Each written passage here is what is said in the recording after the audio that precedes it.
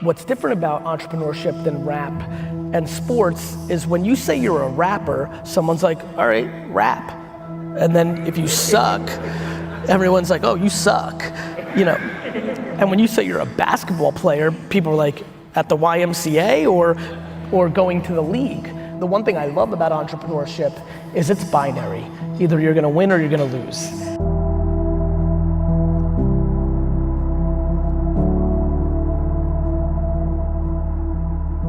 You know, being a businessman or woman wasn't cool in 1992. I mean, it was Bill Gates, you know, like nerd, you know, like, so now that everybody wants to put entrepreneurship in their Instagram profile and that's cool in the club, that is just bizarro world, but that's also done what sports and rapping has, which is everybody wishes they are.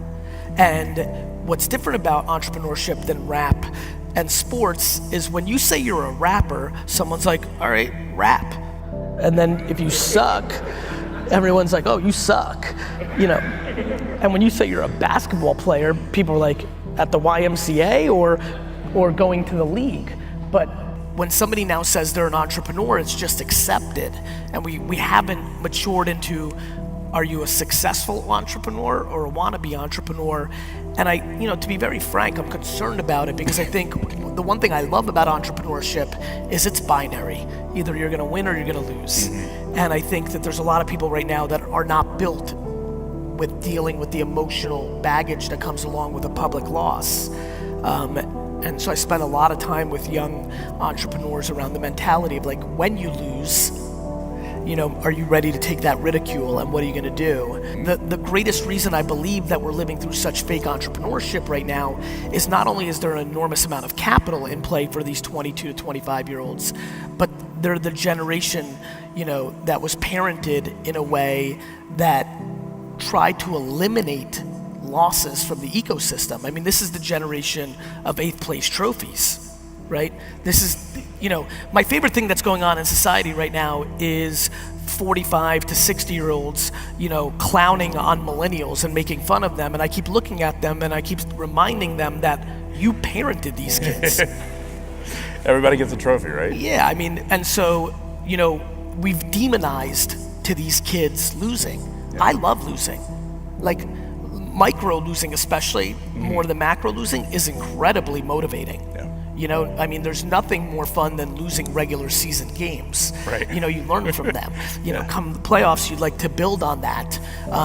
But yeah, I mean, I think adversity is the foundation of success. Being born in the Soviet Union, living in a studio apartment with 8 family members when I was a kid, going on 1.5 vacations my entire childhood, my parents buying me nothing because they didn't have like the money nor the mindset to do that for me, is fundamentally the reason I'm successful at entrepreneurship. I'm not scared of anything, nor do I care about anybody else's judgment, which allows me to navigate very quickly, and my losses are my losses, right, and my wins are my wins, and they both feel the same. When I hear the accolades or when I get razzed, I basically can't hear them. I'm just so in love with the process.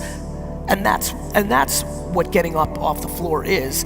You had no choice. It's in your DNA to want to play. I'm wondering, what's the message to a company that doesn't have innovation as a core part of their business? How do they respond? By letting themselves die. But what do they do if they don't want to die? Innovate. And how do they do that? What's the secret? By looking at the leader of the company in the mirror and see if she or he is capable of innovating. Everything stems from the top.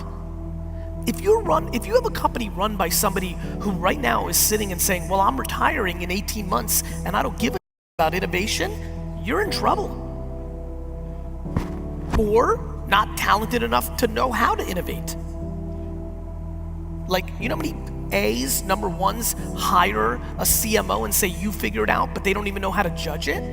How are you a CEO in 2019 and don't spend 100 hours to educate yourself on how modern communication works so that you can judge it within your own organization? Gary, I didn't grow up with this stuff. You didn't grow up driving, you figured it out.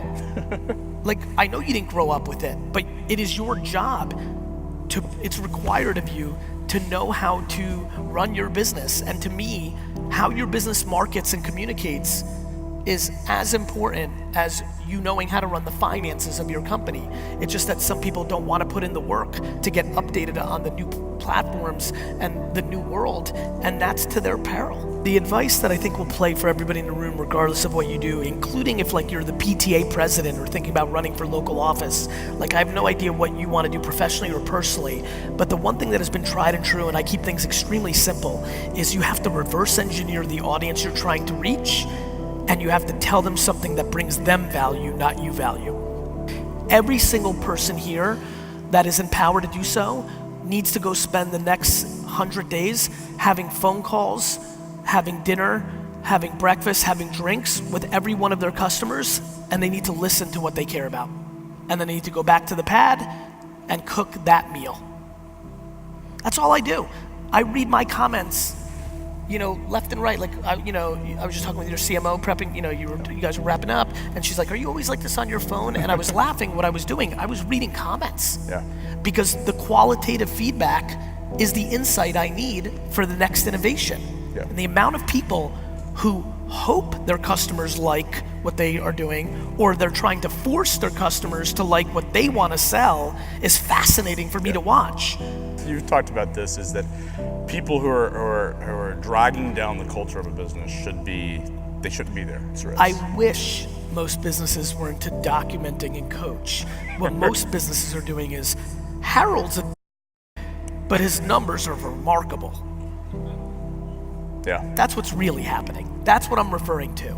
That if you've got somebody who's driving top line revenue, or she or he is crushing their numbers, what most companies are doing is they're looking at surface level. They're like, ooh, if we fire Carol, we're gonna lose those 3 accounts because she's so wired in there.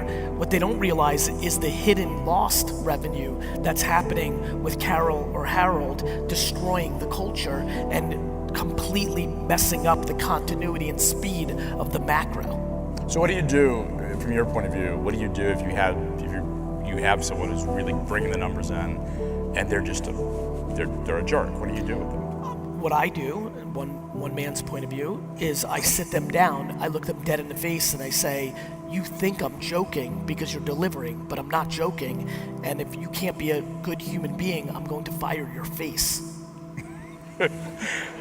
That's pretty right there, right? That's what I do, and I do it, I'm a big shot on stage now and I'm acting tough. I do it in a conversation. I'm like, look, I'm not kidding. Like, I know you don't believe me because you've worked in other places that value dollars, and I value dollars. I just value slow dimes, right? So when you deliver on culture, the buy-in in the macro is remarkable, and what it does for the business is extraordinary. I'm a pot committed buyer of this thesis that you have to fire the best performers that are destroying your culture.